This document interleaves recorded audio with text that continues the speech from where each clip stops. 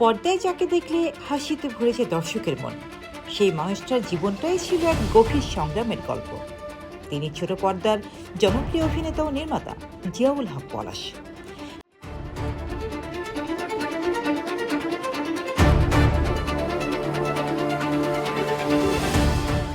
নিজের অভিনয়ের ভিন্ন ধারার স্টাইল দিয়ে খুব অল্প সময়ে জায়গা করে নিয়েছেন লাখো দর্শকের হৃদয়। কিন্তু এই সাফল্যের পিছনে লুকিয়ে আছে কষ্ট, ব্যর্থতা আর একজন মায়ের অসীম ত্যাগের গল্প। সম্প্রতি এক অনুষ্ঠানে নিজের জীবনের কঠিন সময়ের কথা বলতে গিয়ে আবেগ আপ্লুত হয়ে পড়েন পলাশ। আমি আমার মাকে ধসে পড়তে দেখছি আমার সামনে। আমার আম্মা তখন ব্রেন স্ট্রোক করছিলেন আমার এই নিউজটা শুনে।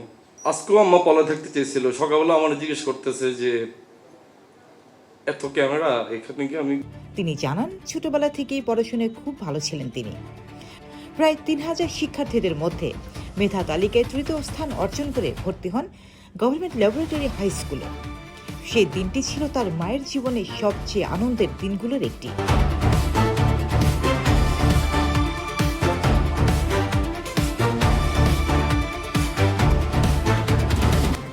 ছেলের এমন সাফল্যে মায়ের চোখে ছিল গর্ব আর স্বপ্ন। কিন্তু সময় সবসময় একরকম থাকে না। 2009 সালে এসএসসি পরীক্ষায় ফেল করেন পলাশ, আর সেই খবর যেন পুরো পরিবারকে ভেঙে দেয়। বিশেষ করে তার মা এই ধাক্কা সহ্য করতে পারেননি। শোকে আক্রান্ত হন ব্রেন স্ট্রোকে। এরপর টানা 5 বছর প্যারালাইজড ছিলেন তিনি। পলাশ বলেন, আমার আম্মার বাম হাত, বাম পা আর জিহ্বা প্যারালাইজড ছিল।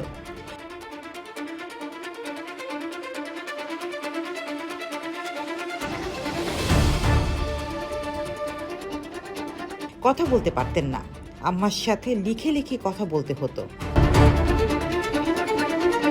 ভাবুন তো, একজন মা যিনি ছেলের সাফল্যে সবচেয়ে বেশি খুশি ছিলেন, সেই মাকেই নিজের ব্যর্থতার কারণে অসুস্থ অবস্থায় দেখতে হয়েছে পলাশকে। সেই অপরাধ বোধ আর কষ্ট তাকে ভিতর থেকে বদলে দেয়। পলাশের পরিবারে আগে কখনো কেউ মিডিয়ায় কাজ করেননি। তার বাবা মুজিবুল হক চাইতেন ছেলে প্রকৌশলী হোক, তাই তাকে ভালো স্কুলে ভর্তি করিয়েছিলেন। কিন্তু পলাশের মন পড়েছিল অভিনয় আর নির্মাণের জগতে। যখন তিনি ফিল্ম মেকার হওয়ার স্বপ্ন দেখেন, তখন পরিবারে শুরু হয় অনিশ্চয়তা আর ভয়। বাবা রাগ করতেন, ভবিষ্যৎ নিয়ে দুশ্চিন্তা করতেন। একসময় ঘর ছেড়ে কাজ শুরু করেন বিখ্যাত প্রযোজনা প্রতিষ্ঠান চাবিলে। সেই সময় প্রতি শুক্রবার লুকিয়ে বাসায় ফিরতেন পলাশ, আর মা চুপি চুপি তার হাতে কিছু টাকা তুলে দিতেন। হয়তো সেই টাকাটা খুব বেশি ছিল না, কিন্তু একজন সন্তানের জন্য সেটাই ছিল সবচেয়ে বড় সাহস।